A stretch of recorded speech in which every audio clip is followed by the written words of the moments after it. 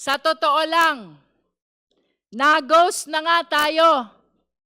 Tila ginagaslight pa tayo. Ang mas mahalagang tanong ay kung nasaan ang pera. Ngunit ang sagot sa atin ay tungkol sa grado sa kolehiyo. And the worst part, this explanation is not being made here, but everywhere else. Ang gusto natin ay testimonya sa ilalim ng sumpa. Pero ang ibinibigay sa atin, press release at content sa social media. Again, let us be clear.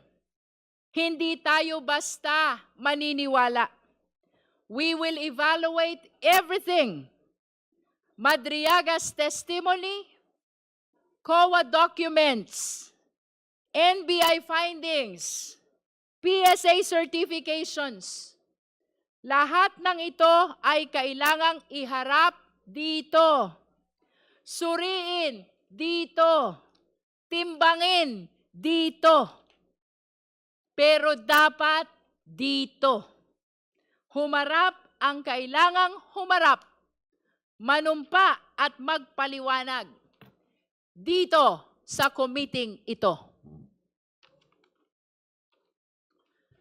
Because this is the proper forum. Hindi sapat ang magsalita sa labas. If there's anything to clarify, the best and the only place to do that is here, before this committee, under oath and on record.